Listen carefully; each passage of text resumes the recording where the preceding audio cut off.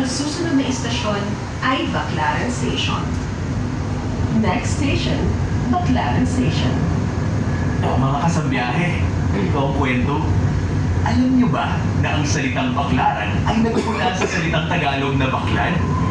Ito ay isang uri ng kawayang bako o koral na gamit sa pangingisda.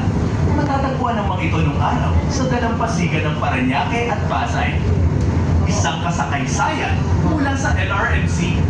Ingat po sa biyahe.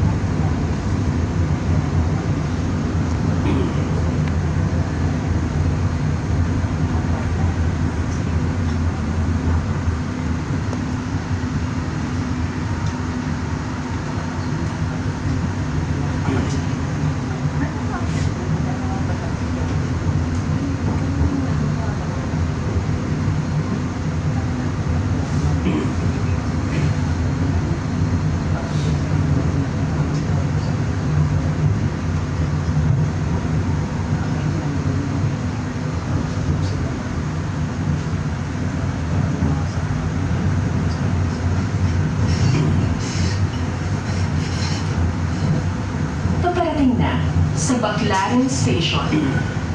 Approaching Baclaran Station.